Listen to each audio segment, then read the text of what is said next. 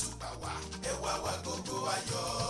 ẹ lólùfẹ́ Agogo Ayọ̀, abala ìròyìn náà la tún wà lónìí lórí ètò Agogo Ayọ̀.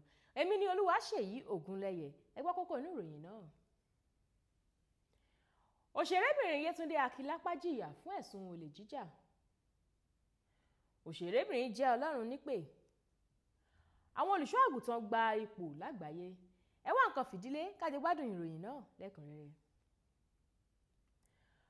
Òṣèrébìnrin kan tó ṣẹ̀ṣẹ̀ ń gòkè àgbà nídìí iṣẹ́ sinimá níléeṣẹ́ Nollywood, Yétúndé Akílápá, tí wọ́n dá sílẹ̀ láìpẹ́ yìí lẹ́yìn tí wọ́n tì í mọ́lé fún ẹ̀sùn olè jíjà, ni a gbọ́ wípé wọ́n tún fi páńpẹ́ ọba mú ní òpópónà Ìbítáyọ̀ agbègbè Màgódò.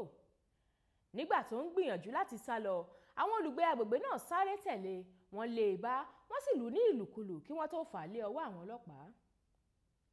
Yétúndé tó jẹ́ ọ̀kan lára àwọn ọmọ ẹgbẹ́ ọdún Fa Caucus níléeṣẹ́ sinimá ilẹ̀ Yorùbá, níbi tí àwọn ọ̀gá rẹ̀ ti jẹ́ Yínká Quadri àti Táíwò Hassan tí a mọ̀ sí Ògògó, sọ wípé àwọn ọ̀rẹ́ òun ló yí ọ̀rọ̀ náà mọ́ òun lẹ́sẹ̀ nítorí èdè àìyedè kan tó wáyé láàrin wọn.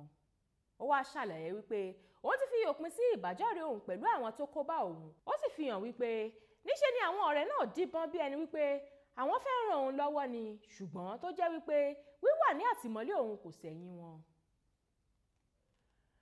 Àti rí kà wípé ọ̀kan lára àwọn òṣèrébìnrin orílẹ̀-èdè South Africa tó ń kópa nínú eré Isidingo Lesego Motepe tí gbogbo ènìyàn mọ̀ sí Letty Matabane nínú eré náà ti jáde láyé.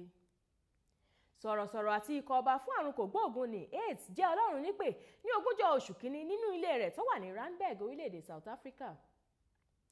Kó tó jáde láyé, òṣèrébìnrin náà jẹ́ ọmọ ọdún 39, ó sì ti ń bá àrùn kògbóògùn HIV/AIDS jìjàkadì láti ọdún 1998. Kí Ọlọ́run tẹ̀ sí afẹ́fẹ́ rere. Gbogbo ayé ló máa ń fi ojú tẹ̀lé bí ìgbésí ayé àwọn olùṣọ́ àgùntàn ṣe rí, pẹ̀lú ibi tí wọ́n ń rìn sí, ohun tí wọ́n ń ṣe àti bí wọ́n ṣe ń wàásù ìyìn rere. Fún àwọn mìíràn, wọ́n ní èròǹgbà wípé níṣe ló yẹ kí àwọn olùṣọ́ àgùntàn máa fi ìwà ìrẹ̀lẹ̀ bá àwọn tó kù díẹ̀ káàtó fún tàbí àwọn ọmọ ìjọ wọn lò nípa gbígbé sálúbàtà lọ́wọ́ tí wọ́n bá ń sọ̀rọ̀. Ṣùgbọ́n 5 nínú àwọn olùṣọ́ àgùntàn orílẹ̀-èdè Nàìjíríà gba ìdánimọ̀ gẹ́gẹ́ bí àwọn olùṣọ́ àgùntàn tó lówó jùlọ lágbàáyé. Adarí ìjọ Living Faith Church, olùṣọ́ àgùntàn David Oyedepo, ló wà lókè téńté, nígbà tí olùṣọ́ àgùntàn Iye Adébóyè tó jẹ́ adarí ìjọ Redeemed Christian Church of God tẹ̀lé. Olùṣọ́ àgùntàn àgbà níjọ Christ Embassy Chris Oyakilome ló gba ipò kẹta, nígbà tí Tèmítọ́pẹ́ Joshua tó jẹ́ olùdásílẹ̀ Synagogue Church of All Nations gba ipò kẹrin. Èyí ni òpin ìròyìn fún tòní. Ẹ gbọ́ kókó inú rẹ̀ lẹ́ẹ̀kan sí i. Òṣèrébìnrin Yétúndé Akílápá jìyà fún ẹ̀sùn olè jíjà.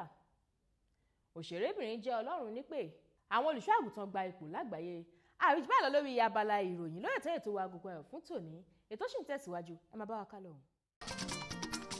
Ètò yìí ló ń rán wa létí èdè àtàṣà wa tó ṣe kókó.